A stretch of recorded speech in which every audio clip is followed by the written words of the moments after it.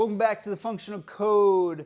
Today we're going to be going over the bulletproof, the soccer player or football player. Today we're going to be heading into a few awesome topics of common injuries that a common soccer player would have. We're also going to be going over other specifics of how you can build up certain areas of the athlete. And then at the end, we're also going to go into Ronaldo's routine, which will be kind of fun and exciting and a little bit behind his life in terms of training. I'm Dr. Jace. I'm Dr. Addy, and we have a great one for you guys today. This is part 2 of our Bulletproofing series. We just got done talking about bulletproofing the golfer, so if you guys want to jump back and look at that one, if you are a golfer, I'd highly recommend that you check it out. This part is going to be very similar to what we did with the golfing podcast, so we're going to, like Doc said, break down a lot of things for you today. If everyone doesn't know, Doc was a collegiate soccer player, and so we have a great source for what Doc did as far as training, the injuries that he sustained, and just the grueling training that it takes to be way outside of high school, I'm sure. Yeah. It's a whole nother level. So like Doc said, we're gonna jump into a lot of things today. Number one, we're gonna start with the common injuries that soccer players sustain or can sustain when they are competing at such a high level. So Doc, just generally, before we jump into the specifics, what did you notice when you were playing, obviously, and then also what, just from obviously being a doctor, chiropractor, are the things that you commonly see with soccer player injuries? Yeah, so the common injuries that people go into, especially soccer players, are going to be with the ankles and knees most commonly. As we go through and as you go from just amateur to high school to collegiate and even past then, there's certain trends that you start to see, especially, and some of it is position dependent as well. When we go into higher up levels, the speed of play speeds up, but that also is more with your mind, and the body has to read with that as well. So when we look at injuries and how we want to build some of those up, the most common ones are rolled ankles, especially with side-to-side agility movement, with or without the ball. It's also very similar with knee injuries that occur with change of motion. That's where ACLs, MCLs, LCLs come into play. But the most common one is the anterior talofibular ligament injury, where that's if you roll your foot inwards, it's that ligament on the outside portion of the shin. That's often where, if you don't have the support, especially if cutting from outside to inside or vice versa, that ligament can give out. And that's where we also see reoccurring injuries of the same injury of rolling the ankles multiple times. We'll obviously get to what happens when we are already get injured and what that can look like moving forward. Now, I know I read this a while ago, but people don't understand just the amount of concussions that come from soccer and how much damage it can do to the head, because that soccer ball, I don't think a lot of people understand. It's a lot harder than people think. Oh, yes. And when you continually practice, I'm sure, heading the ball, and of course in the game, it can do a lot of damage to the noggin. Oh, God. Correct? Yeah, my brother is, well, he's had a couple concussions just with soccer. Okay. So he had to wear a whole cap. But yeah, the ball is pretty firm, and unless you hit it on the front portion of the head, if you get anywhere close to the top portion, the chance of concussion goes up significantly. So on top, it makes it worse, you're saying? Yeah, especially for like goal kicks from the keeper all the way out to midfield. You try to go up, head it, you have to try to get on the front portion. Okay. Oh, gotcha. Yeah. Well, that's one that was interesting to me, because when people think of sports that have the highest amount of concussions, you typically think of more of like a really high contact sport, where soccer was one of the highest, if not the highest. I can't remember if it was the highest, but I think top 3 for sure. So no, that was super interesting. But what we can get into next, Doc was saying how when we get an injury, what we don't understand or what we don't realize is what injury can commonly happen next, or how high of a risk can injury be when we are playing soccer or any sport really.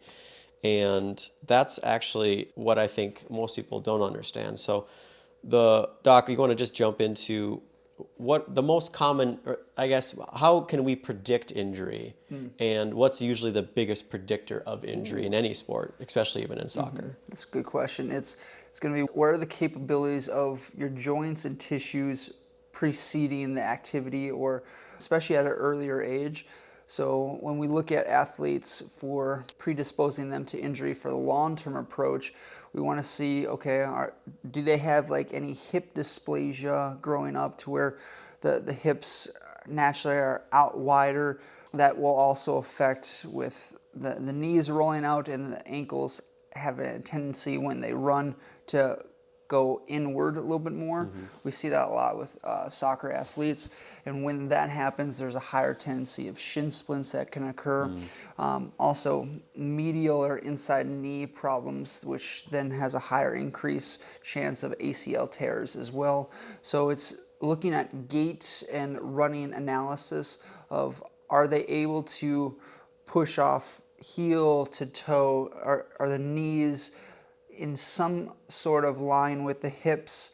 Because naturally soccer players with agility, moving side to side quickly, especially with the ball at your feet, you need small, quick movements, which they have a tendency to have more of a varus setup to their whole knee structure and leg structure. And varus is where the legs, or the knees especially, are more outwards, just so they can control the ball at their feet, versus valgus, where the knees go inwards. So that would also predispose their knees to any injuries, especially for females if they don't build up the agility movement, to the strength on the inside outside portion of the legs. There's a lot of common MCL, ACL injuries, and also patellar injuries as well. And the same thing with the hips, lower back. So, And with women, we already know that there's a higher chance of ligament laxity, so they're the ones that usually should be focusing on that conditioning to prevent injury further.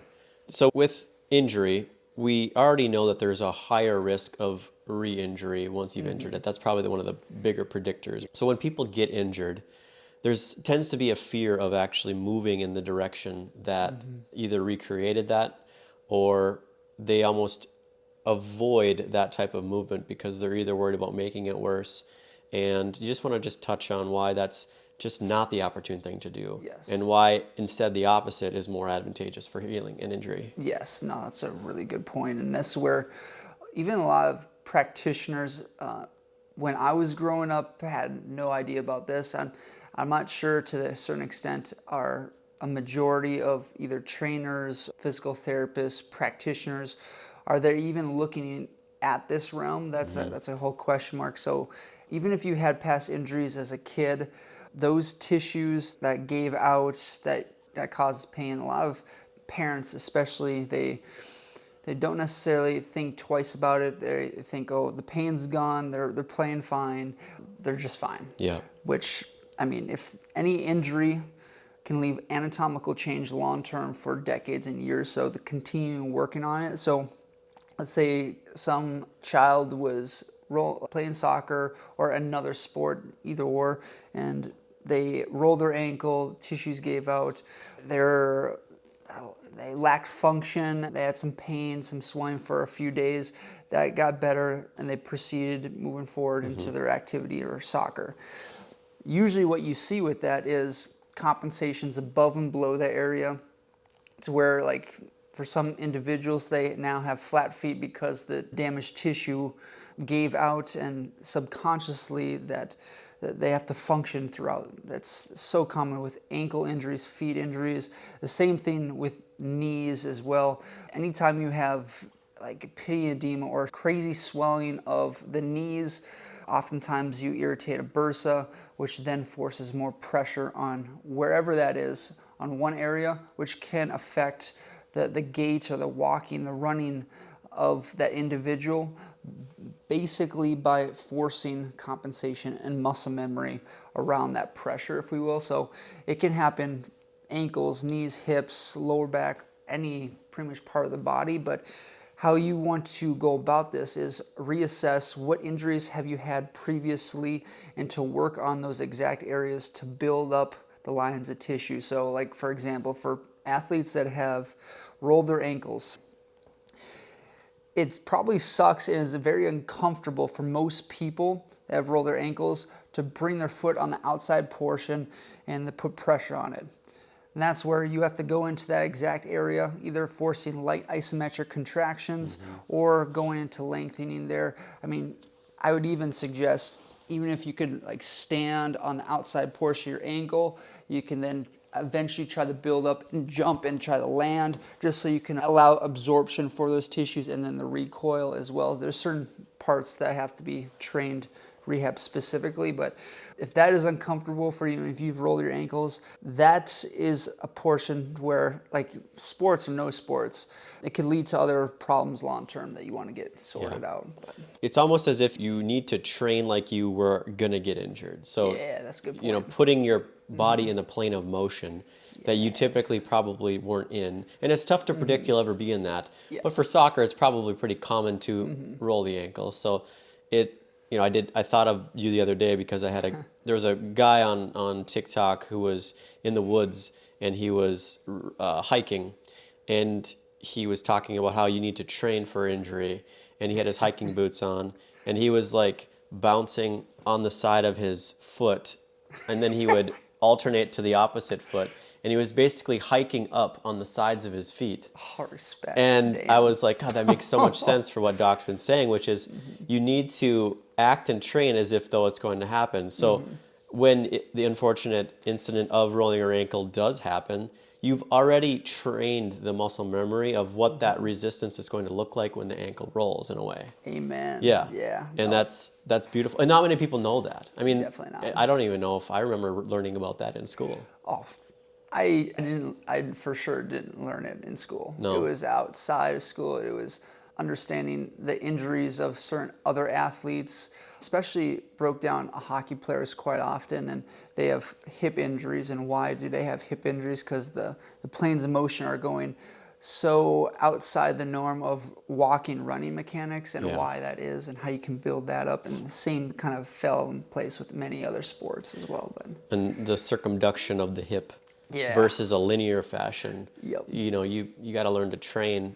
in, like you always talk about, multiplanar type workouts. You get stuck in that linear fashion and you miss a huge amount of the degree of the joint probably, and you're strictly training probably the same fibers, not different ones, or that, you know, encompass themselves together. So no, I love that. I think that has changed how I've been rehabbing my shoulder, and it's only, I think, increased my outcomes much quicker, being able to take that concept and like you know, we talk about workspace and getting the utmost efficiency of the joint to the highest degree, you know, using, like we talk about the workspaces, but not only that, is training it to be ready for absolutely everything. absolutely. And too many times I think people stick to that 3 to 5 most common directions that they would typically train,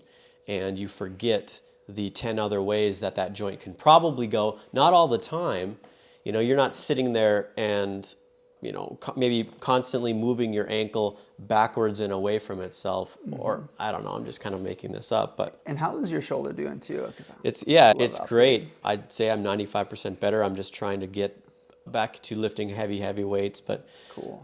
I think I'm ready for that translation now. It's just a matter of if I want to start that, but for the most part, I am back to doing almost everything normally, other than, again, lifting heavier weights. So Decent. What's that's your been biggest limitation right now thus far? I would Getting say caught up with that. it is weights above 20 to 30 area, and it's the motions that are, of course, with the ligament tear that I had, I can only guess that any bit of force that causes the humeral head to shift forward, where that ligament had a brace, is where I'll feel the most either pain or maybe, what's the word, weakness, and aberrant motion. So I'll feel as though that joint is shifting and it makes noises, crepitus. So still just trying to move past that without feeling like I further injure it. And I'm, again, just listening to my body and making sure that I don't overdo it, but I'm pushing it harder than I think most would feel comfortable pushing it, based off of obviously the concepts that we talked about every day. And awesome. I think it makes a heck of a difference. And I just kind of want to stay on this for a second because, like, you guys hear, so he's doing 95% better. He can move in multiple planes. There's still things that he wants to work on, but he's going to take this a whole nother step further. What other plans do you have got coming up for the rehab process as well? And to get to that last bit of healing, I want to be able to make sure that I can fully heal this shoulder up 100%, as close to 100% as possible. So a lot of the leg work had to have come from exercise and rehab, and that's what a lot of people get mistaken. They want to jump right into something that they can buy or purchase, and they want to skip the hard work. And that's where I think people get it wrong. So most of the time they go and buy medication or drugs, or they try and get on a injection plants, or I don't know, whatever you have. And unfortunately, we talk about all the time, it really misses the entire boat of a full, complete rehab. And they end up coming to see us anyway and getting on a full rehab plan, and then that's when they actually get better. So Yes. I've done that legwork now, and I'm still just not quite where I want it to be. So with that, I'm going to do peptides, which I think will give me, hopefully, the extra completion of healing. If that doesn't quite get me there, then there's a good chance I'll do stem cells or exosomes with it as well. Nice. And just continue to keep recreating that healing cascade that we talked about.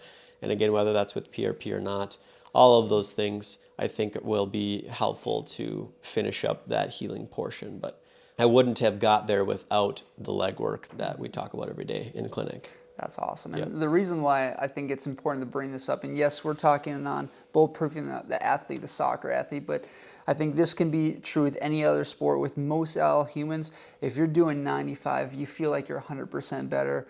If you still have certain small limitations, there's still healing taking place. For sure. This healing cascade lasts for months, and for some people years, or even longer than that Yep. too. So I think, that's cool. That's awesome. Well, and you insight. got to think of it like you got to predict what you're about to experience. And with an athlete, you have to predict 100% maximum capacity of action of the muscle and or ligament. So for me, I'm not out achieving that capacity. I'm not out pushing it to the point of full capacity.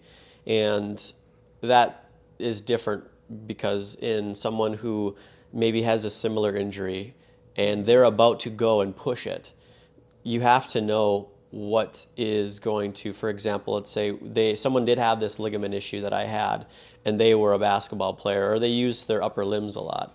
95% may seem fine and dandy to the rest of us, but that 5% is still a huge issue of predicting injury moving forward.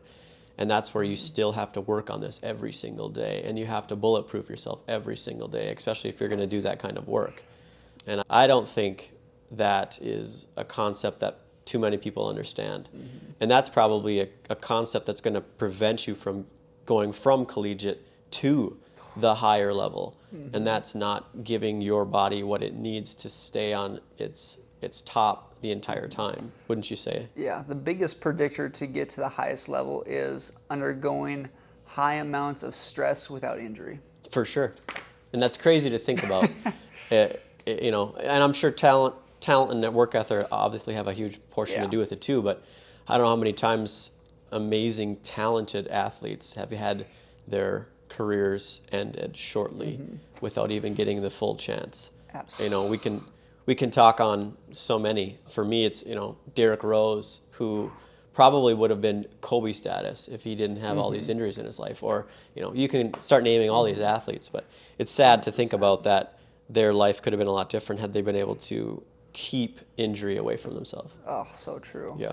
And I think that's the one thing that fascinated me because, like, growing up this is probably the end of high school, early collegiate soccer career, I came up with the premise, could you create a professional athlete?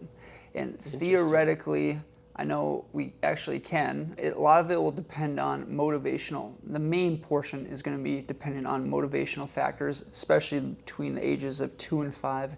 How obsessed or how interested is that individual in whatever activity, but from a parent standpoint, to still put them into multi-sports where we see the biggest benefit instead of just individualizing one sport at a time. Yep. And then the rest kind of goes from there. Other stuff can be trained, other stuff can be brought up. You can look at certain sequences and mental attitudes for professional athletes.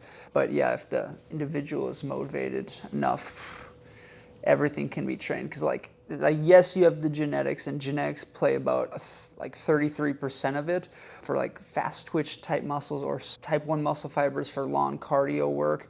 For example, like if we would take the biggest bodybuilder in the world and have them create offspring with another crazy bodybuilder, chances are they're not going to have that many type 1 muscle fibers. So that offspring having more cardio work and being world class is very low compared to fast explosive. Sure.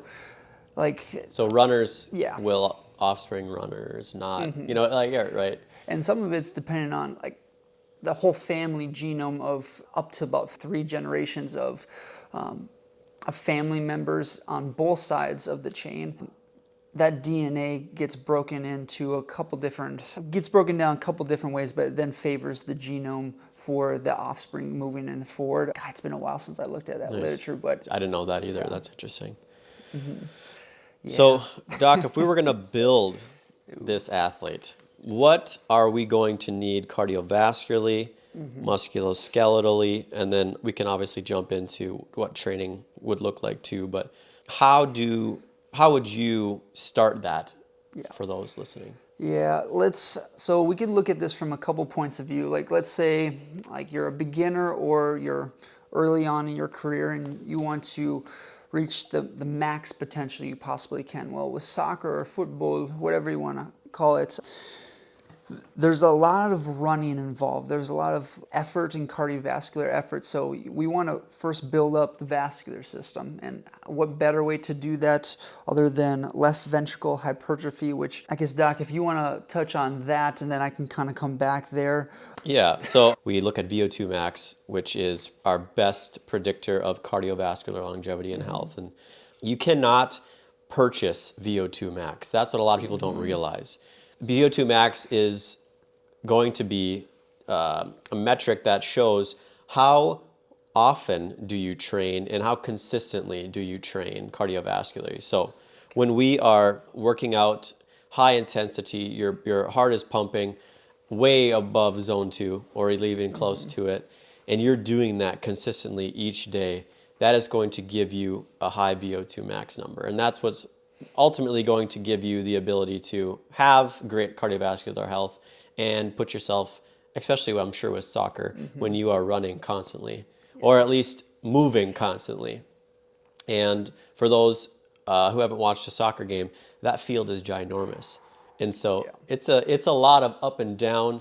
And if you don't condition yourself appropriately, you're already going to be putting yourself at a loss. So with cardiovascular health, of course, you're already going to have a low resting heart rate. The lower it gets already shows you what kind of cardiovascular health that you have. So those are a couple of metrics that I would say that they are measuring to show just what kind of cardiovascular health that you have. And if you are an athlete and that is something that you want to get measured, I think a lot of college campuses like ASU can do it for you.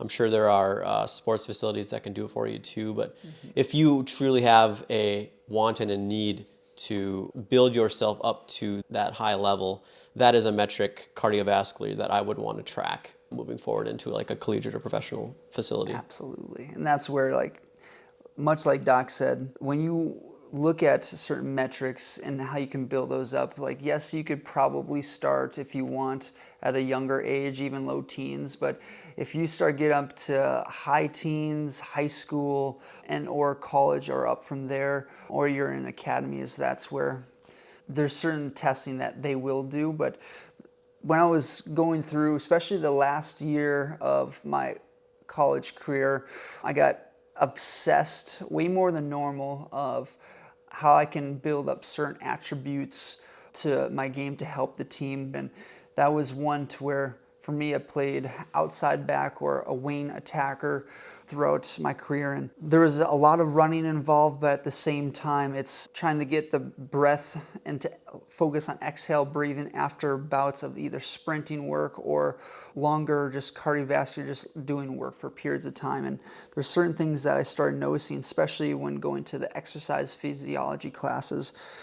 The more work, like Doc said, that you can spend running zone 2 to where you can do work while still having a conversation, the more you build up that foundation and you sprinkle in small sprints, especially for soccer, depends on position, but how well you can do work but still mentally be there. So what I look to do is I started going on the treadmill for longer periods of time and then just visually going through different plays, going through different sequence of events that usually occur throughout the game. And then what are the decisions? Where is the options for passing or the options for opening up and doing routes to help move off the ball? And that's where this is something that you can build up for most other sports so you can think while you're doing the work as well. Yeah. And circle back to cardiovascular health. We had a foreign exchange student in my town. And at that time, he was about to play professional soccer over in Europe. And at his prime, I believe they take the top 25 individuals for the World Cup team of each country. Or so, I think, yeah, it's close to that. And we were following him, and he was number 28. I think he almost made it. No, shoot. But what country was this? Germany. Germany, okay. And so Cool. he was so close, but he played professionally. He's very well off. He did very well for himself. I think he lives in Austria or Switzerland now. Like he's doing really great. But his name was Lucas Schmitz, and so when he was in town, he was 17, 18, and just watching him compared to even I myself, I was younger than him, but I eventually obviously played high school, a lot of sports, and just the difference I watched him versus what I remember doing myself, as far as you have this 18-year-old young kid, and I bet you he ran 6 times a day. And I just always remember we were sitting there chatting and just hanging out, all of us, and he'd talk and he'd say, "Hey, I go run. And he went and he'd run, and we would be mid having fun, and it's just, nope, I got to go do this. Went and run, and I did. I bet he went on a run 6 times a day, and that was every day. I mean, when you want to talk about extra set level of cardiovascular health, and just of course everything that comes with that, that's what it takes. And it blew me away, and it makes a lot of sense, of course, with a sport that's gonna need to have that kind of capabilities, of course, cardiovascularly. It's almost like an obsession to go into that bout of work, or it's like an internal clock there. Like I know for myself, like if I start sitting on the couch for longer periods of time, like naturally I would feel like uncomfortable and I would just want to get up and move, horse around. I'm sure it's probably similar. For sure. Yeah, like you said, internal clock, I think is the best word for it. Yeah. And you get antsy, and I don't know if it's mindset. I don't know if it's genetics. I don't know what it is, but maybe it's just education too. I really don't know. Lifestyle. I still know plenty of physicians who aren't in very good shape, so I really don't know. No, that's but awesome. So we touched a lot on cardiovascular health now, Doc, with just what it takes to build the physical structure of a long-term, either collegiate or professional soccer player. Just, of course, without going into step by step of the actual workouts, but just on the physical structure of a high competing soccer player, what does that look like musculoskeletally? Yeah, no, and let's take, for example, that we've been through the youth, we've tried multiple other positions, and you want to focus in on maybe one position or a couple positions. For that, it'll depend on what areas that you want to look to build up, whether like you're a goalkeeper, and ideally you would want a taller frame. So naturally, if you're a shorter goaltender, I would probably suggest maybe try a different position, unless like you're in high school, college, and that's the route you want to take. Well, if that is the case, you absolutely need for that position a lot of quick twitchy movements, quick twitchy muscle fiber types, especially type 2 AB of like the calves, of the legs, so you can work on exploding side to side or off in multiple planes for saving the ball, especially for closer movements. Now you can take some of the literature for like basketball athletes, which we're going to have a podcast coming out in a following week on that, on how well you can force and create more jumping. The same can be true for lateral movements side to side for goalkeepers. So ideally, world class, they're taller, but they have the ability to move quickly in multiple planes of movement. Sure. And mentally, we're going to get into the mental side here in a little bit, but that would be one aspect. Let's say for defenders, midfielders, and we can go for most all field players for this example. You need basic movements, and a lot of this will be with the ball at your feet. How well can you control the ball? A lot of this will depend on stability of not only the ankle, if you're left foot, right foot dominant, how well you can plant, stabilize, and create balance. So if there is a change of movement of the ball, you're able to either open up or adapt on a split second. So it's going to involve, like I said, crazy stability of the ankles and also mobility to create cutting movements. So the communication between the knees and ankles and hips are going to be so important long term. Now, for example, if like you're a striker or forward, you need, for most of them, depending on how your playing style is, you want to have the ability sprinting to create space between the defenders and find open space, so you're able to get the ball, have enough space to find the net or find another attacker. And that's where like Lionel Messi separates himself compared to most other players, and why he is, in my opinion, the best soccer player to ever play the game, because he's able to not only move in such a limited space with the ball at his feet, he's also shorter in stature to where he's able to create agility and movements with the ball at his feet in various directions at a very high pace, to where he's able to strike the ball very, very hard with the ball a meter off or a couple feet in any directions. So that's incredibly important. Now, for example, let's say we're a defender, we want to focus on heading the ball. That's a huge aspect for either crossing in an attacking zone to try to score, or balls coming in over top and you try to defend and get the ball out of the area or get it away from the attacking team. That's where you're going to need a lot of jumping height, but coordination of jumping and tracking the ball to your head, the ball to your body, and open up in different directions.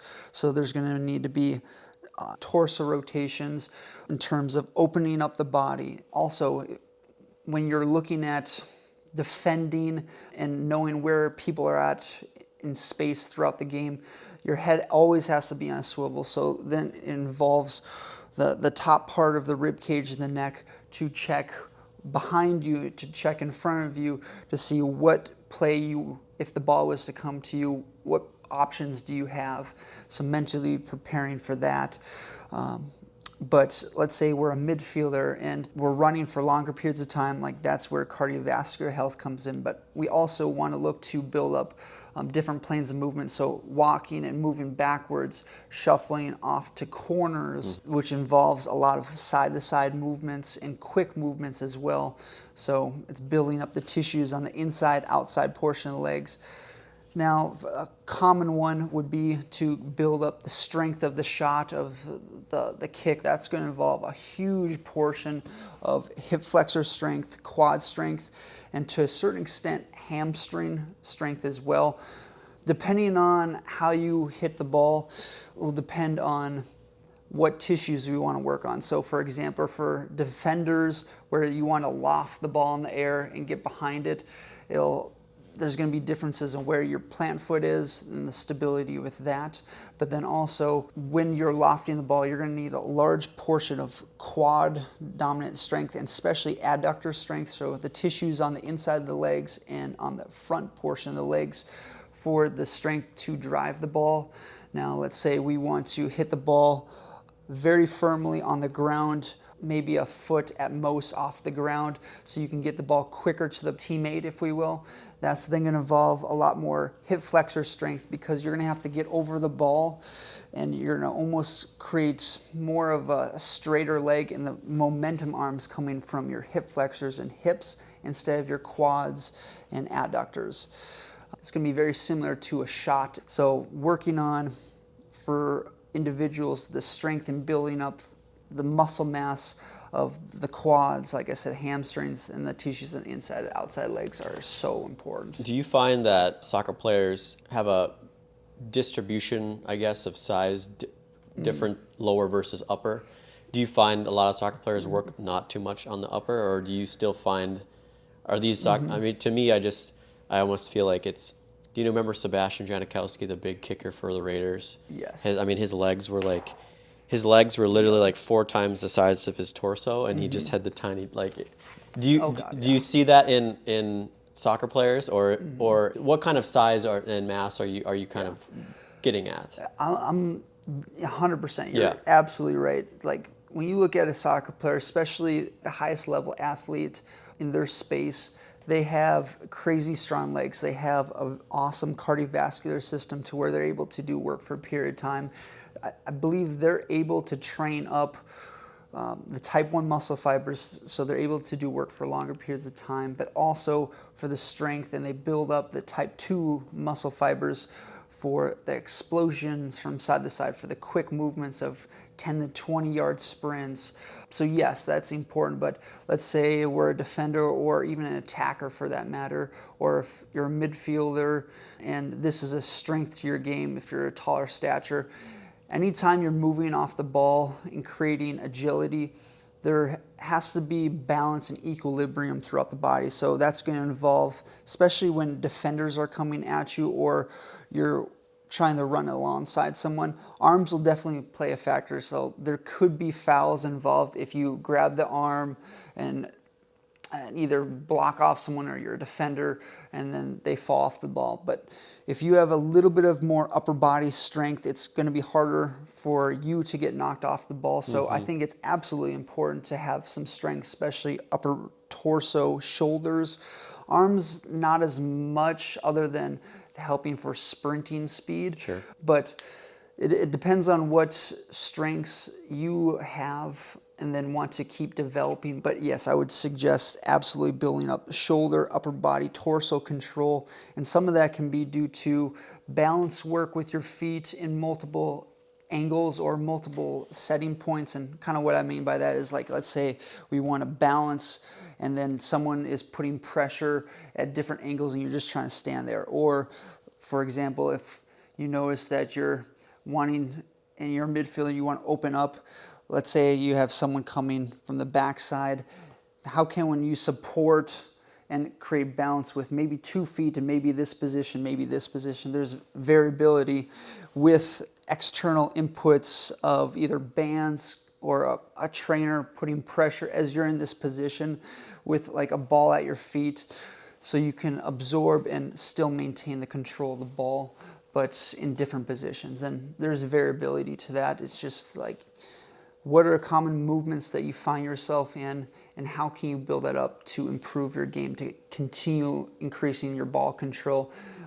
With that, naturally, your eyes can then, and your mind can now focus not only on just that, but it can focus on what are the other options that you have to either redistribute the ball or move into open space. Okay. But yeah.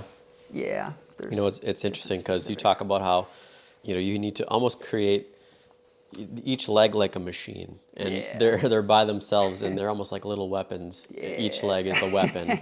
And it's funny, going back to Lucas, the foreign exchange student we had, he played football, American football, when he was here. He was a kicker. Yes. And it's funny because when you typically see a field goal kicker in American football kick, the football is hiked and the ball is straight up. Well, he couldn't figure out how to kick the football that way. So when they were training the holder, he would actually hold it at an angle, and he would come in almost at like an angle when he would kick the ball. Almost like rugby. Yeah, I don't know how it worked, but He broke every single record we had that year. Any kicking record, the most field goals made, the longest field goal, and he almost broke a high school Minnesota record for length. He was, I think, 1 yard away from hitting a 62-yard field goal. Jesus. Yes. It was close. God. It would have been incredible. But at 18, he was able to do that. I mean, that was, when you think about it, that was a NFL length field goal. And, you know, so the translation, right? Like where do you have to be to get to those levels? And that's what people don't understand is you could take other athletes in different sports and put them in a different sport because it's that amount of conditioning effort and talent skill level that they have to have. And we always, many people have talked about taking LeBron, putting him at a tight end, or all the other types of translations that you might have. So what people don't realize is it doesn't matter what sport you play, you have to have the body for it first and foremost. And the talent and skill, like you kind of talked about, maybe can be trained. Yes. In a way. Absolutely. Right. And there's one other part that when you were talking on this, a little going back to the skeletal system, but I think a lot of people, especially collegiate athletes, and even to a certain extent professional athletes, and especially trainers, need to focus on for soccer athletes, and that is working on the feet. To your point, yeah, we see like athletes from like high-end rugby players now transitioning to football. Like there's a high-end rugby athlete from like Australia, like one of the best in the world, and now he plays for the Kansas City Chiefs as like a running back or wide receiver coming into this year. I can't remember his name, but I didn't know that. I thought that was quite fascinating. I think that there's certain types of sports that can combine quite well, and rugby football makes a lot of sense. For sure. But and yeah, that's crazy. Now he's got a helmet, so maybe he can be a better battering ram than in rugby, man. Those guys are nuts if you haven't seen a rugby match. That's crazy. And that dude's like short and quicker too, so maybe a Tyson Hill kind of deal, or not Tyson Hill. God, what's that wide receiver's name? Oh, Tyreek Hill. Yeah, Hill, for sure. Thank you. Yeah, that guy's fast too. Yes. I mean, which is crazy because I don't know if people realized Tyreek went and competed at the U.S. something for track, and he got third or something. Oh, so quick. Right. I mean, it's just cool. It's just really cool to see that kind of translation. He didn't beat Usain Bolt, but... But to go back to the part that I was thinking about for building up the part of the athlete for the soccer player is specifically working on the muscles and tissues on the outside of the foot. Because usually when you look at soccer cleats, they're not wide-toed shoes. They're more short and narrow for quicker sprinting speed and agility, which they're made for a reason for that. But the more you can work on tissues on the outside portion of the feet, whether that's balance work, whether that's sprinting motions, not only is that going to help for side-to-side movements, it's also going to help for decrease risk for plantar fasciitis, for shin splints. And what I'm wanting you to stress on is it's either plyometrics or short, quick movements on just movements on the outside portion of your feet, or for longer lengthening of almost like a longer stretch going into stressing the tissues on the outside. So you can do this a couple different ways, and not to go into too many specifics, but put your foot up against the ledge of a stairs or the side of a pool or what have you with that, to where just the outside of your foot is on that portion, to where your big toe is hanging off the edge, your heel is hanging off the edge, and going into lowering your foot down while the body weight is coming inwards, and then focus on just lengthening that stretch of those tissues, which you're going to also feel in the outside portion of your leg. After you build that up for a period of time, you then can move and go from a longer end momentum arm to a quick movement outside, forwards, the same direction, going into the opposite direction that you would typically go, or backwards. So we're moving in multiple planes, but like I said, this is where this will help move a little bit quicker. It'll also help for explosion and agility for moving on and off the ball, and also will help with your touch as well. And that is a part where I started noticing that a little bit in my college career, but much more afterwards when I focused on like could we build an athlete, and actually working with athletes, and we saw a huge improvement in everyone that we've used that with. And that's something maybe daily that someone should be doing. Most daily, it depends on soreness. We just don't want to create damage to the feet tissues, but you could, for sure, a couple times a week at very least. But yes. Nice. Cool. Yeah. So when it comes to tips for talent skill wise, I would say, is there anything that you want to touch on regarding that, Doc? Yeah, I think the more that you can train ball work at your feet and at different paces or speeds, that is going to be one of the highest determining factors from college to professional. From in the English system, there's championship, there's League 2, League 1, Premier League. There's different tiers. So if you guys have ever seen Welcome to Wrexham, it's an awesome TV show on Hulu where Ryan Reynolds and God, I can't remember. It's Mac from Mac is McElhenney. Yeah, Rob. Yeah. So they purchased a team a couple years ago, and then they have a whole TV series on Hulu to watch the whole progression. I thought that was incredibly fascinating. But you can see the difference between athletes in the lower tiers versus the premiership, and the difference between those two athletes are the mental thinking, and then also the touch on the ball and how well you can make the most out of every opportunity for every single game. And I think the biggest thing that most people, especially early on, can work on is ball skills. So one of the best ways you can go about that is either if you have friends, family, work on different types of either balls coming into you, whether it's from the air, whether it's on the ground, and opening up to space in different areas. Or if you go to a racquetball court, kick a ball to yourself, have cones, go through different plays depending on your position. If you get a ball coming into the chest, how can you settle it and either open up backwards? How can you open up off to the side? And the closer you can bring that ball, the better you can control the ball, the better it'll translate, and that you'll naturally bring that up in games. So that is something that if you're going to look to build up any part of the game, it's working with the ball at your feet and also how well you can take the ball in. Now, once you get good at that, then it's peripheral vision, and then it's getting the ball in, controlling it, and at the same time, your eyes aren't necessarily always on the ball, but it's on the surroundings around you. Where are the defenders? Where are they coming in at? Before you even get the ball, check and see where's the open space. There's a lot of mental components to it that have to be trained, that you have to go through mental reps. That's where videotaping comes in. That's in college, we, especially at the early portion of our career, we had a couple coaches, two of which, the first one was Phil Bond. He's incredible. I think he's in the USA system now. He still coaches college, but he broke apart set plays, tactics on what our team and what players we had and played to our strengths. And then you start to see, okay, how can we gel and work off one another? And that's where if you know the tendencies of your teammates, if you know the strengths of your teammates, you can better predict on where they're going to go, on what they want to do, so we can better work as a team. But how well can you set yourself up to either work off of them, to help set your teammates up, and then to also communicate with them on where's the open space, where do they like the ball, either at their feet, at their chest, into space. So paying attention to that.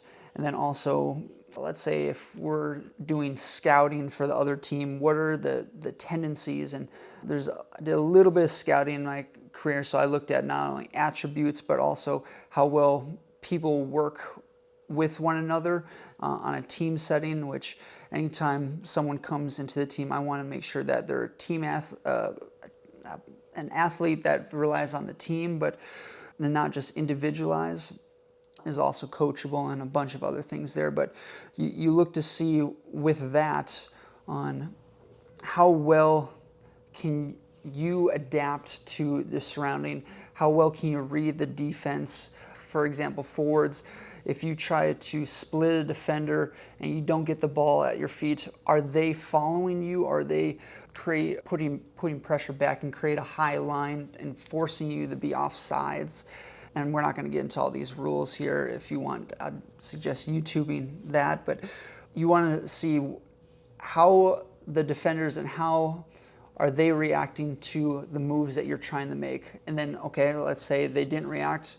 If they didn't react, I'd keep going in that same direction and keep doing what is working. But if they're not, or if they are reacting, how well can you change up what you do to either move them out of position, whether that's communicate with another player saying, hey, let's do a switch, and then the defender follows you, and then your teammate can go into that same pathway to find open space. And those are the small subtleties on the communication with the teammates, to being very aware with what the defending team is doing, how they are reacting to the ball in certain situations, and where you can find open space. So a lot of this, not only for the touches on the ball, but a lot of it's mental, and that goes into certain positions, defenders, midfielders. When any time for each position, not only you have to have confidence with the ball at your feet, but you also, especially defending, you want to see what is their dominant foot. Can you force them to go to the opposite non-dominant foot for them? Like, for example, when we were in college, especially as a defender myself, I had a tendency to look at, especially with film online, what dominant feet are the attacking players, where the strengths are, some fast or some more physical, and you try to find holes in their game. And when you're scouting, what are plays that they tend to do, so you can predict those moving forward. And that's where you have to position yourself, not just like feet facing straight forward as you're coming down, but can you go off to the side to almost force them outwards in a direction? Like if they're right foot dominant and they're coming down on the outside right portion, we want to force them outwards to put them on their left foot.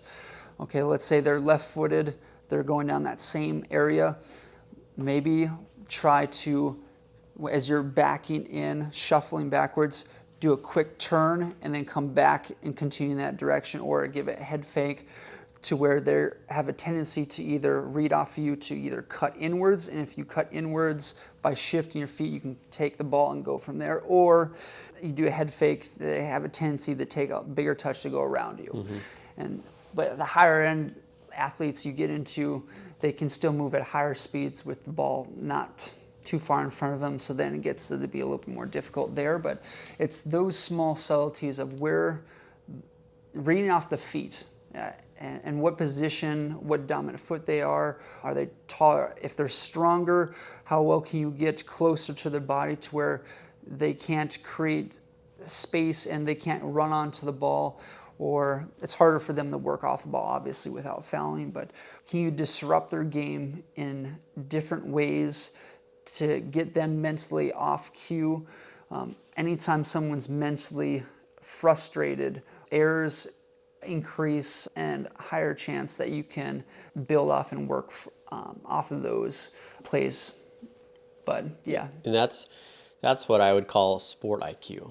And I don't think a lot of people understand what that looks like at such a higher level than the level they're already at. And so for those of you who I'm sure understood what he was talking about, who play soccer, they absolutely, I'm sure you guys understood a lot of that, but what I was getting was from someone who doesn't ever play the sport, is probably one of the more thorough breakdowns than someone who plays at a lesser level. And that's where a lot of people don't really understand how to get to that next level. And so when you can take and truly detail out the utmost intricacies of movement and pattern recognition, I already can tell how thorough that breakdown was compared to maybe a very simple player who maybe doesn't understand all of that. So like you kind of talked about the mental component of it all.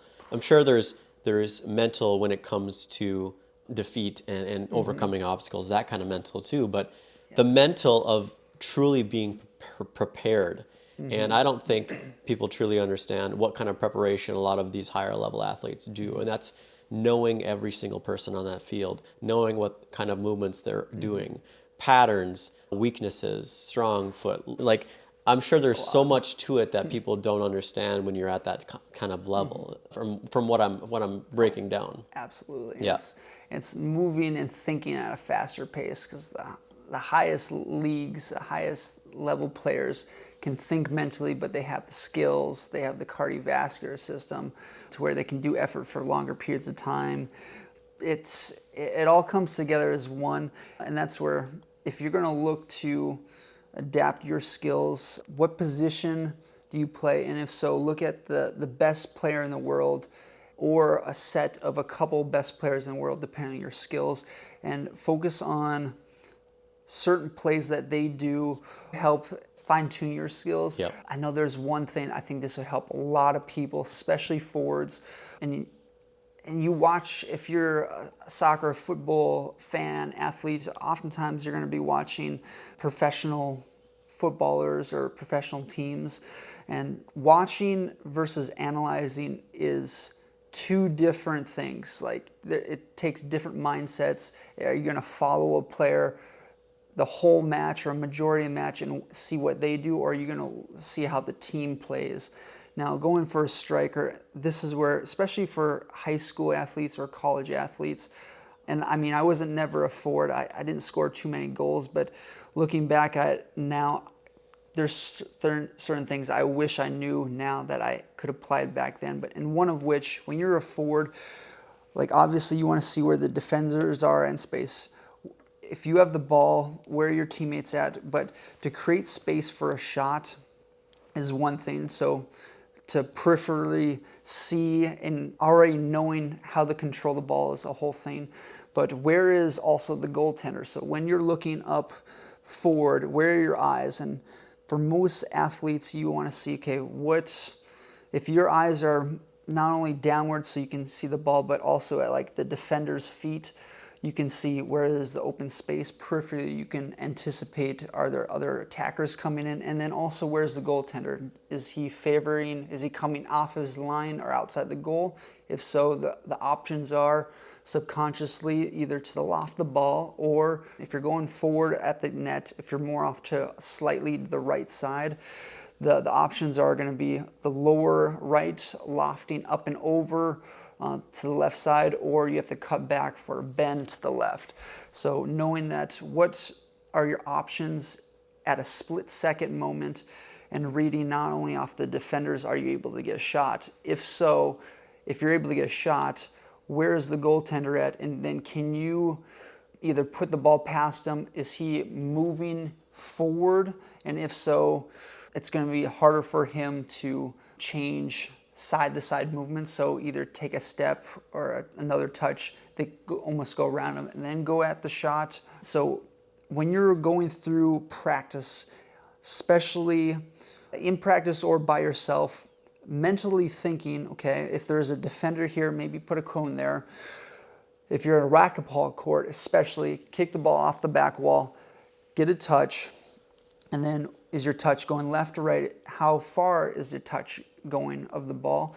And then at the same time, after you get that touch, I want your eyes specifically in front of you, not down at the ball, so you can see. And then your mind is already anticipating, the goaltender is anticipating the open space, so it's much easier for you to place the ball. And that's the part that I really wish I knew, where my eyes went after I took the touch on the ball. That's interesting. That is the biggest key, especially for forwards. Yeah. But yeah. And that's cool you talk about that, because I know I've seen before NFL running backs using a dark room and then their coach behind them with a laser pointer. And they are literally training eye muscles for like 20 minutes for that particular reason. They obviously have to peripherally not only look at the defenders ahead of them, but who is also behind the other defenders. Yes. And that's the only thing I feel like I could compare it to myself. If you are just listening and you're not a soccer player, it's knowing what to see right away, and then also what to predict once you can get past what your current situation is about to become. But I mean, you said the word split second. I mean, the amount of critical thinking and analysis that needs to happen at that point in time, it's almost as if you need to have 1,000 scenarios in your head and a answer or pattern or movement for each scenario. And you have to remember how to recall that once that scenario presents itself. And you can only do that obviously with practice. Yes. You know, you practice thousands and thousands of times more than someone who wasn't a collegiate soccer player. But to get even a step further, you have to practice it as if you haven't had it yet. And whether, I mean, you almost use your imagination, and that's, again, using cones and maybe creating pictures of defenders and placing them in a picture and being, okay, what would I do here versus here? I don't know. This is just stuff that I would make up, but it's that amount of dedication and commitment that it's going to take for you to really be the next step, edge, versus the person who's not. Yeah, mental reps matter Yeah. just as much as physical reps to a certain extent, because muscle memory is a whole thing, how you process brain to body. But yeah, especially if you're injured. Like, I blew up my knee the second to last or last year of my college career, so there's a set period of time to where I was on the bench, and the more I did mental reps with certain situations, I didn't lose anything, I actually got better too. So like, that is a whole thing in itself, and I really like that you brought up eye tracking. That was one of the ways and areas and why I became so interested in eye tracking, and that's in all sports, because where you can see where players are at and how you can read off that. Like, if you're a higher end athlete, if you want to continue to improve your skills, there's a technology known as eye tracking or eye tracker. I would love to get this in clinic too. Oh man. But for athletic performance, they have these different colored balls. Some of them are yellow, some of them are red, and they go at different depths. So they get larger, smaller, depending on where you see it on the screen, and they're moving around. There's a bunch of them. So usually when you want to build up an athlete, you have them focus on a specific color or a specific dot as it's moving around with other ones in play as you're performing either dribbling skills, footwork, and at the same time you can change and do work with different positions of your body as you're focusing on that. That'll give you better cues to not only do work at your feet, get the basics down, but also how you can perceive in your peripheral vision and where other people are at. Dang, yeah. And I love eye tracking. That stuff, man. We used it in clinic for actually measuring and analyzing those who had head injury, because that's lovely. reduced the way that the eyes move too. So How does that play with like concussions? yeah, and exactly stuff like that. Once you have a concussion, there's a higher chance of the ability to have a good peripheral vision. You can get nystagmus, so that's easy to see in the eyes, which is just a shaking of the eyes. And then there are other things that you can predict, or I shouldn't say predict, analyze and see in someone. And the reason why it's so helpful, the technology that we had, was sometimes it's not visible to the naked eye. So with the machine, we could actually slow the frame of the eye as it's moving and catch the nystagmus into a point where we wouldn't have been able to with just the naked eyes. But That's cool. we would also train the eyes and those who have concussion with the machine on too, because we would put stuff on the walls for them to follow, stop, stick saccadic eye movements, all those things. And it's super fun. I love it too. So finishing out here, Doc, before we get into Ronaldo's routine, is there warm-up routines, maintenance routines that obviously you found to be incredibly helpful, and what do you feel a lot of soccer players do to really make sure that they can create longevity with their body? Oh, that's beautiful. And yeah, there's certain tools that, God, I wish I had back then. Some of which, to do more work over time, involves diminishing your core body temperature. So as your body does work, the system heats up, and the more heat that your whole body has to go through, naturally will put a barrier to how much work you can do. So necessarily what I mean by that is, if your body temperature runs higher, you're not going to have as much energy, and your body's going to give out in either skill or effort. So how can you continue doing work, and how can you decrease your core body temperature? And we know now that there's only 3 areas in the body that you can decrease your core body temperature to actually do more work and actually has way better effects than steroids. There's a study at Stanford that came out in, I believe it was 2021 or 2022, I think it's 2021, to where they looked at decreasing the core body temperature to do work, and they compared the results with steroids. Decreasing your core body work, and this is for average Joes, and they also tested this with professional football players. They were able to do 50 times more work than people that were using steroids. Dang. Which is incredible. Dang.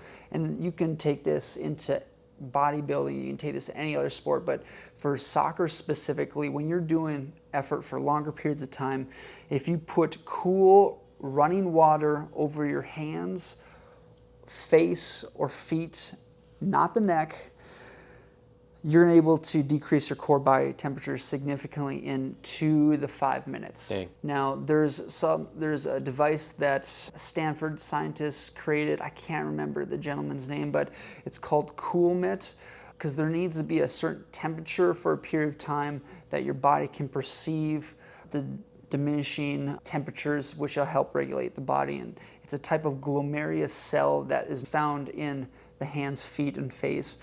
So if you're able to do that, especially on halftime, running cool water over your hands, not ice cold and not holding onto ice because that'll constrict blood vessels. We're looking for the signal of the cooling temperature on the hands to the face. And it also helps quite well with even anxiety as well. Like if your mind's racing, if you can't calm down, I would go cool water over your hands as well, and it actually has really good effects. I started playing around with this in a clinical setting. There's different other situations it works well with. Fevers, it works well with there, but fever, your body's trying to fight off infection, so it's what are you trying to focus on? But for example, like when you use that throughout the sport, it helps significantly do more work and mentally be there, which is less of a barrier. There's also double inhale exhale. So if you're running and you get a side cramp, there is a referral pain which makes it feel like a side cramp, which then can limit your body. But to alter that signal would be the double inhale exhale, so you can offload more carbon dioxide. So it looks... So when you're going through sprinting speed, if you're in the game and you notice a side cramp, or if you want to mentally just calm yourself down, or a stressful moment comes up and you want to come back to baseline, the double inhale exhale 2 to 3 times works incredibly well, and actually works well if you're in a sprinting mode or if you're in a longer duration of effort. Especially cross-country runners, I would suggest that. It works incredibly well as well. I do when I run. It's great. Oh, that's awesome, man. Heck yeah. Definitely, that's all I think about when I'm running, is my breath. And I've definitely incorporated that. And I run longer and get tired much less. It's crazy how much they make a difference. Now, in terms of warm-ups and routines, and this is where you want to set your intention. This is either practice, this is either prior to games. You want to warm up the tissues that you're going to be using. So that's going to be involving, ideally now knowing, and I wish I had this when I was playing, but warming up the joints. So that's ankle workspace going through the fullest range of motion possible. Same thing with knees, hips, lower back, all the joints throughout the body. And then it's working in for effort, going for a jog, continuous movement for a period of time, and then working in sprints, depending on what position you have. For goaltenders, it's different for eye tracking the balls to the gloves in multiple regions, for diving and absorbing force on each side and working that in. As you ramp up the intensity in your effort and getting the body systems under control, then you can and want to add in the ball to your feet and passing movements. And then after you warm up the touch of the ball, passing, shooting skills, then you can add in other players in other situations to find space, to get your eyes and mental component, to find open space, look at tendencies, all that stuff. So it's starting body joint signaling first, other systems, especially cardiovascular systems, adding in then the ball, warming up techniques and movements, skills with the ball, and then you add in the ball with other variables. And so you can see there's a continuation of progression. Yeah. And then when you get into the sport, things have a tendency to move quicker, and you're able to read off others and perform better overall based on that warm-up or that routine itself. Nice. But, yeah. Nice. Yeah, that's great. I think most tend to skip around, or, I mean, with warm-up, you want to get right into it sometimes. And so taking that patient approach, I think is, you know, you got to enjoy the journey a little bit too, kind of what Gary says, right? You know, your body is this temple now, and you got to treat it as such. So if you don't give it the proper time and attention that it deserves, especially when you're going to be competing at the level you are, you know, I can only imagine, like, Nikolai Jokic from the Nuggets. I just feel like that guy doesn't spend any time. But it's crazy how impressive he is. It's just funny to hear his press conferences where he just has no want or intention to be there. Yeah, and so his warm-up routine, he just throws the ball up in the air. Like, it's just, that guy's talent alone. Like, I don't know. I mean, I'm sure he's worked incredibly hard to get where he's at, but it just, I wouldn't follow his warm-up routine if I was picking one. But especially like some of the times where, like, halfway through a game, he's checking his racehorses. Like, and all of his other hobbies, like, he's a specimen. That's different, but yeah, no, that's good. I'm excited to see kind of what Ronaldo's routine looks like. And if you guys don't know, Ronaldo, he is one of the best soccer players currently playing. He's often compared to Messi in terms of the top soccer athletes in the world, and ever since the game has been around for 100 plus years itself. But Doc, I'm curious to see what exercise routine has he gone through? What is the recovery diet? What does that all look like from his perspective? Yeah, so I was able to find, it took like 6 or 7 sources to kind of compile this, and it's very brief. If you want to be specific, I can show you the actual articles in themselves, but I wanted to do more of a just general overview. But what I found, and this is, again, just what I found, he spends about $1.5 million on his body each year. And if that isn't already a commitment to making sure that he is the absolute peak of himself as a professional athlete, I don't know what else can explain that. So as far as exercise routine, you know, this is very, very brief and general. So if you really want to know what exactly he does, you can dive into those articles. But like Doc has said before, strength training was incredibly important. I'm sure he does an immense amount of lower body resistant training, and said he does weightlifting, resistance, body weight exercises for muscle strength and endurance. Cardiovascular training, like we talked about, I'm sure it's on there. He does HIIT, he does running, he does football specific drills for stamina, and again, just improving that VO2 max. And then flexibility and agility, you mentioned those both. He does stretching, yoga, Pilates, which I know is that ballistic type, explosive type of exercising, which I know you said it was incredibly important for the fast twitch fibers. And especially if you're going to prevent injury, you need to be flexible.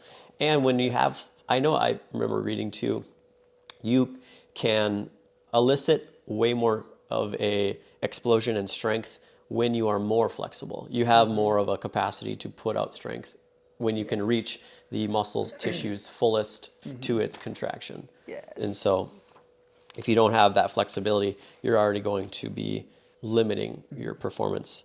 And then he does sport-specific training, again, drills that mimic situations like you talked about, right? We're breaking down scenarios where we're coordinating what to do versus what not to do, reaction time skills, all of that stuff, which I know you touched on, which is really, really cool to see. And just to jump in there's a sports science series years back that he was on.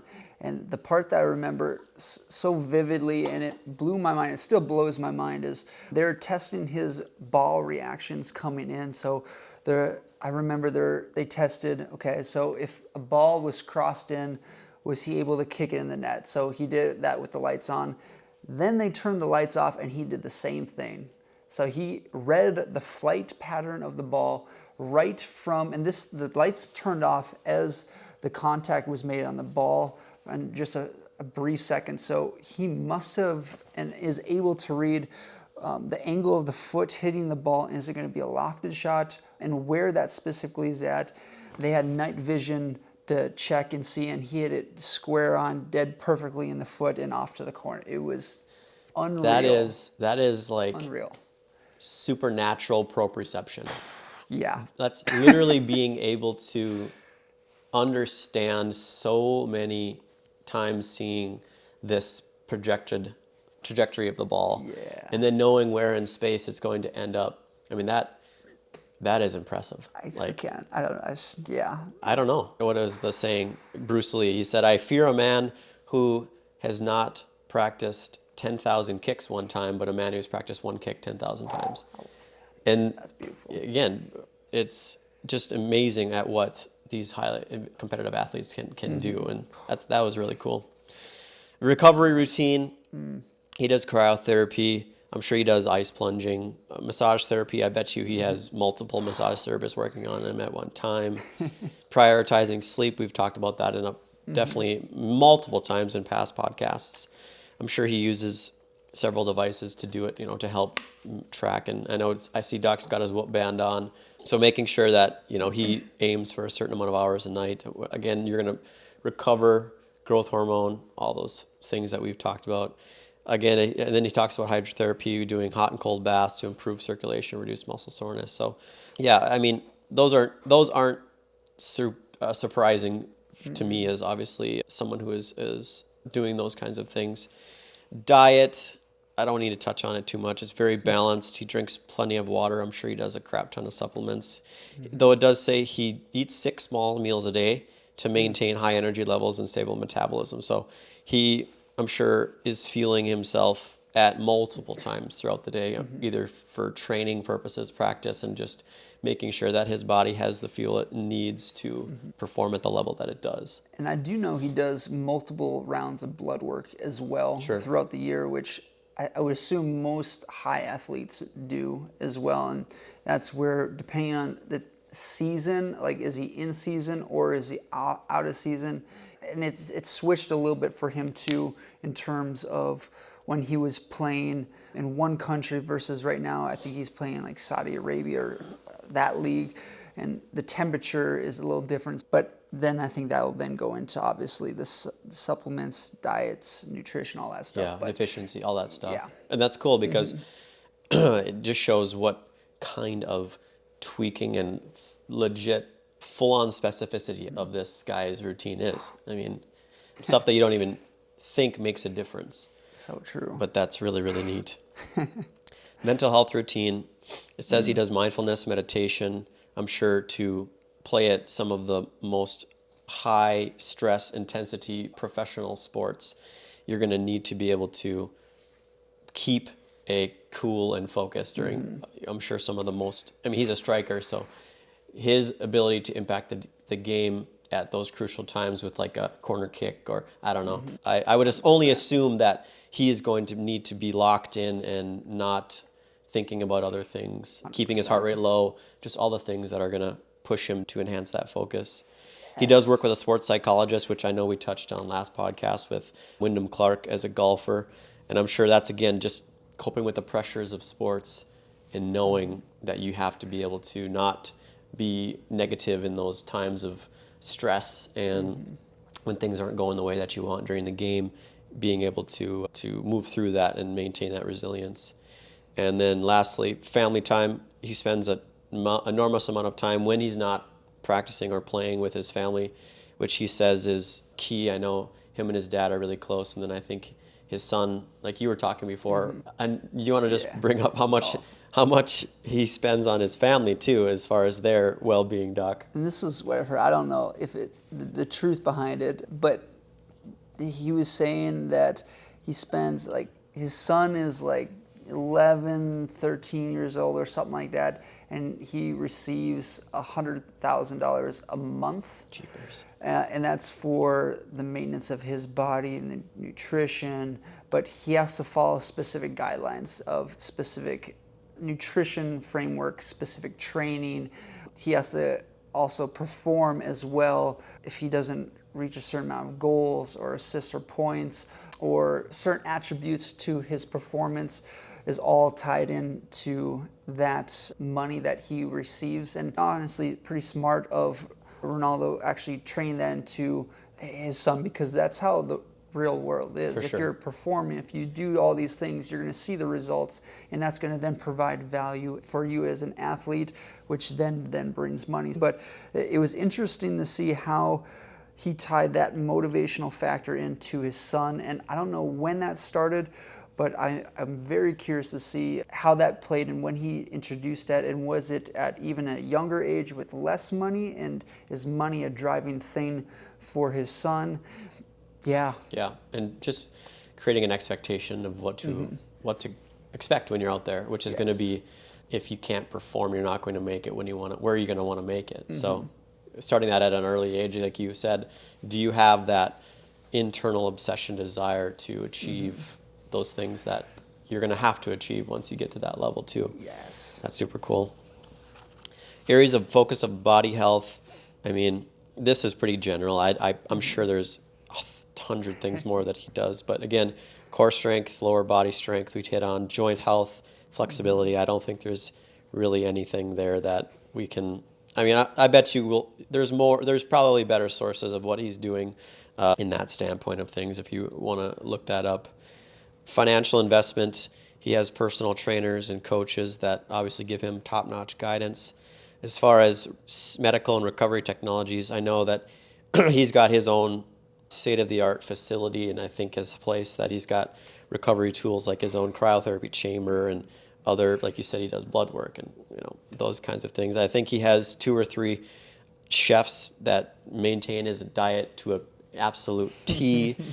And then the cool things at the end here that he mentioned that I thought was really interesting was he not only does blood work for checking healthy blood levels, but he does genetic testing too, which my guess is it's to make sure that if he has any sensitivities or if there are genetic expressions that either give him a lack of, or I don't know, something that he maybe wants to work on as far as what his body didn't give him starting out, he can perform or make a difference. He does acupuncture, chiropractic work, osteopathy, which is super cool. And then, like we talked about, he wears fitness trackers. I'm sure he does HRV. He does sleep, Whoop, all those kinds of things, which gives him that, of course, extra edge.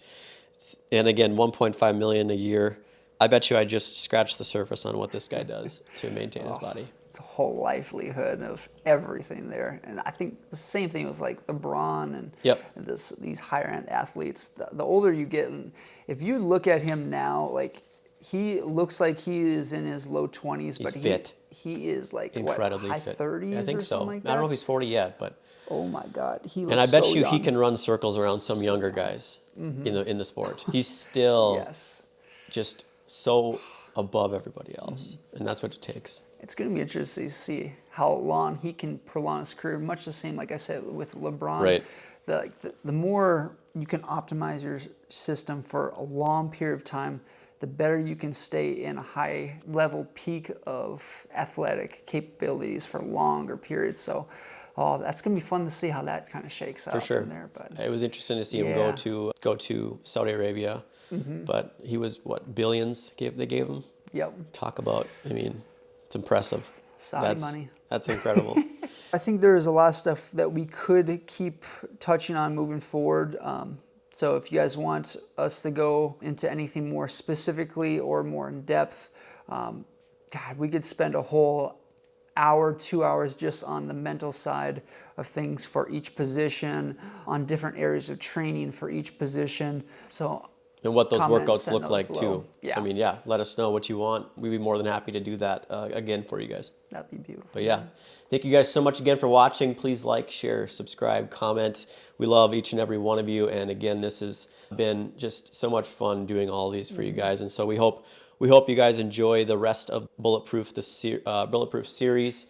And just we don't really have all of the athletes picked out yet. So if you guys have a certain athlete that you want us to bring up and research and create this for, please let us know. We'd love that. So until then, see you guys next time. Disclaimer: the content provided in this health podcast is for informational purposes only and is not intended as a substitute for professional medical advice, diagnosis, or treatment. Always seek the advice of your physician or other qualified health provider with any questions you may have regarding a medical condition. Never disregard professional medical advice or delay in seeking it because of something you have heard on this podcast. If you think you may have a medical emergency, call your doctor or 911 immediately. Reliance on any information provided in this podcast is solely at your own risk. The creators and hosts of this podcast are not responsible for any actions or decisions you may take based on the information presented. Thanks for joining us on The Functional Code. For more evidence-based health insights, subscribe, rate and review wherever you get your podcasts. Remember, your journey to a healthier you begins with understanding the functional code. Until next time, stay well, stay informed, and embrace the science of living well.